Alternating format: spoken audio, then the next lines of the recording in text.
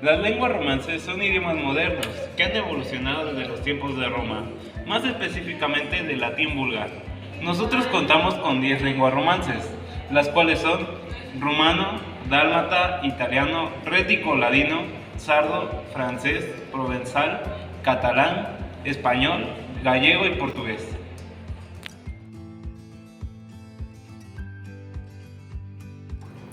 De la familia lingüística indoeuropea obtenemos una de sus ramas, la rama llamada italocéltica. Esta lengua proviene de la familia de las indoeuropeas y se proveyó principalmente en el centro de Italia. Esta rama proviene de la lengua latinofática y proveniente del latín, dando así el origen de las lenguas romances y con este el español.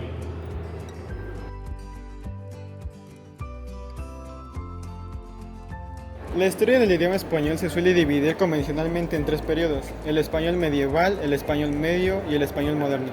El castellano medieval comprende del periodo de los primeros textos en el siglo X hasta el inicio del reajuste del sistema consonántico hacia el siglo XIV. El español áurico o español de los siglos de oro es la variante del español usada entre finales del siglo XV y finales del XVII, marcada por una serie de cambios fonológicos y gramaticales que transformaron el español medieval en el español moderno. Por último, el español moderno es el periodo que se inicia con la decadencia literaria del siglo de oro, el barroco, y se extiende hacia el realismo.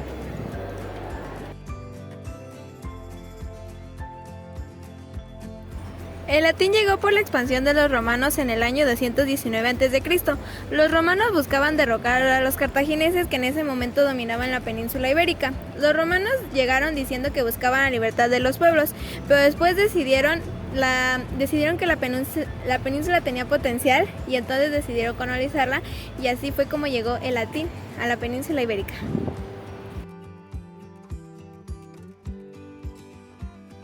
Los pueblos prerromanos se originan por los indoeuropeos que llegaron por los Pirineos y los colonizadores fundadores de las colonias que se relacionaron con los pueblos indígenas.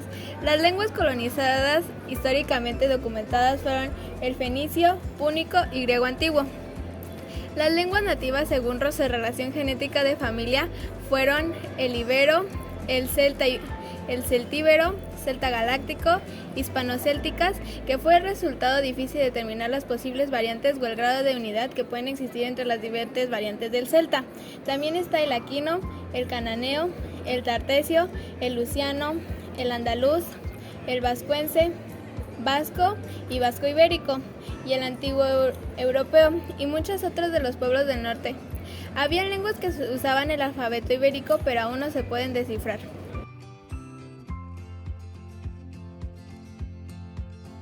La relación entre el español, griego, latín, árabe, arahuaco, náhuatl, quechua, francés, italiano, germano y hebreo. La variedad del español son el resultado de una convivencia histórica respondiendo a contextos culturales lingüísticos. A continuación contamos la relación con cada uno. El griego. El romano y el latín tuvieron una gran influencia griega, aunque Roma venció a Grecia, la cultura y el idioma continuó. Del griego tenemos palabras como trigonometría, matemáticas, teología, astrología, entre muchas otras, así como también términos médicos como cirrosis y dislexia. El latín se convirtió en el idioma oficial de Roma occidental y se extendió por toda Europa. El lenguaje hablado por la gente común y por los analfabetos es llamado latín vulgar. Del latín, que es el que más nos proporciona palabras, fue sonido, muro, templo, estadio, rosa, entre muchas otras. El hebreo. El emperador romano Constantino tuvo una visión declarándose cristiano, impartiendo al mundo occidental su religión. El cristianismo está basado en la Biblia, escrita en hebreo.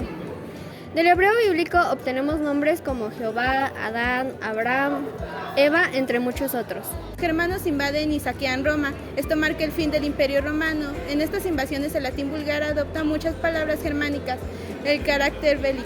Del germano tenemos palabras como guerra, robar, bigote, banda y brindis.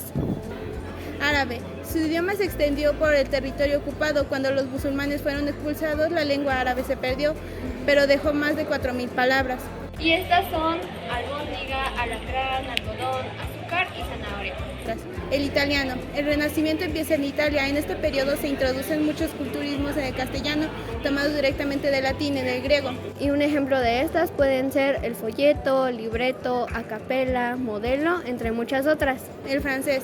En el tiempo de la Revolución Francesa, el francés tuvo una gran influencia cultural en toda Europa. Muchas expresiones provenientes de Francia se relacionan con la comida y el automovilismo. Las principales son bebé, bisutería, boulevard, boutique, bureau, carnet, entre muchas otras.